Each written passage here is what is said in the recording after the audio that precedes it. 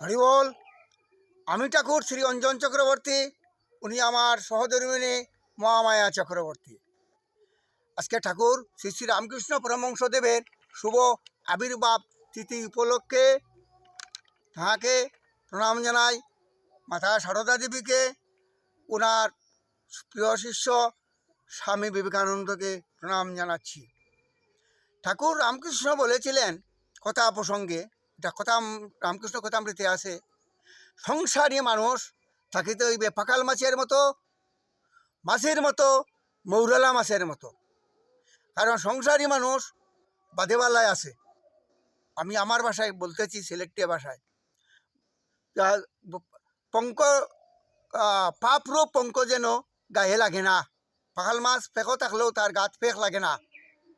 মাছই সে বৃষ্টাতেও বসে, দেবতার ভুগেও বসে, তার কোনো বাধা নাই।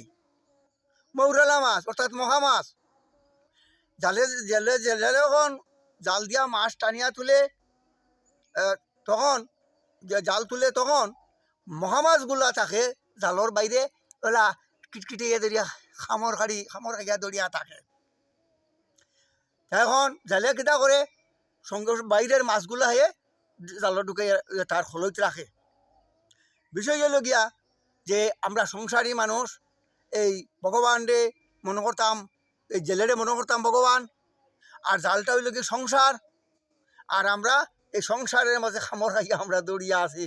হ্যাঁ, এই হইল কথা। এখন জেলে যা করে তাই ভালো।